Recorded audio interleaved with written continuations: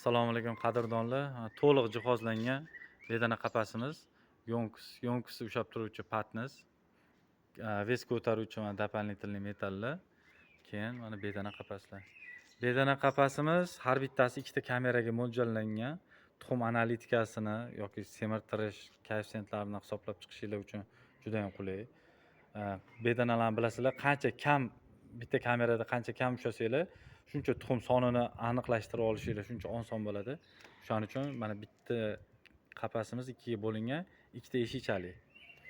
Karmushkani olinsa, eshikchalar ochiladi. Har bitta qavatimiz shunaqa. Xo'p, karmushkasi tomoq kesmaydigan qilib valsovka qilib bukilgan. Oldi tomoni mana yem isrof bo'lmasligi uchun 2 sm obratga bortiga bor. Patnisi 0.5 listdan valsovka qilib ishlangan, qo'l kesmaydi. Keyin yuk ko'tarishga ham juda qulay. Keyin bu odatdagi qapaslarimizda mana 70 santimetrligi bilan ajralib turadi. O'zi standartnida 60 santimetr bo'ladi. Mana mashtgacha patnisni enlamasi sho'tgacha keladi.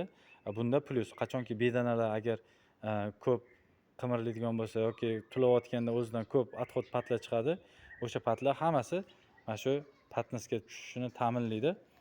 Har bitta qavatimiz xuddi mana shunaqa. Keyin orqasi mana suv idishi.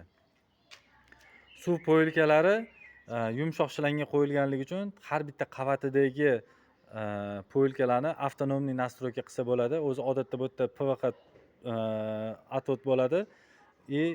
Yonin bakovi ham turbadan payka qilinganligi uchun bu har bittasi отдельно avtonomniy настройка bo'lmas edi. Har bittasi birgalikda harakat qilib tepaga pastga tushirishga to'g'ri kelardi. Bunda har bitta po'yilkani qavatga moslashtirib to'g'irlasa bo'ladi.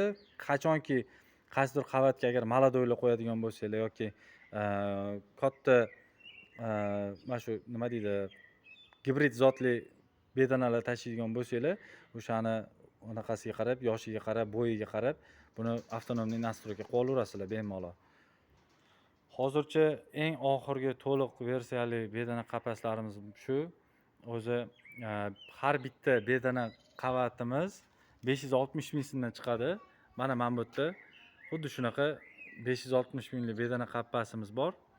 Buni tepasida yonkis, kema дополнительный metallar bo'lmaydi. Metali ramasi. Mana shu belidan qayilib ketgan bo'ladi.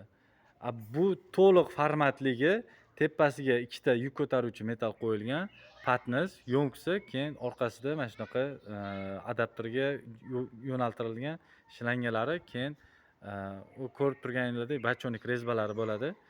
Xullas, to'liq jihozlangan variantiga 180 ming so'm qo'shiladi. Necha etaj bo'lishidan qat'iy nazar.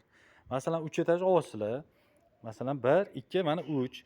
Agar 560 ming so'm bo'lsa, har bitta qavati 560 mingdan bo'ladigan bo'lsa, bu belidan metall qayilib ketgan bo'ladi.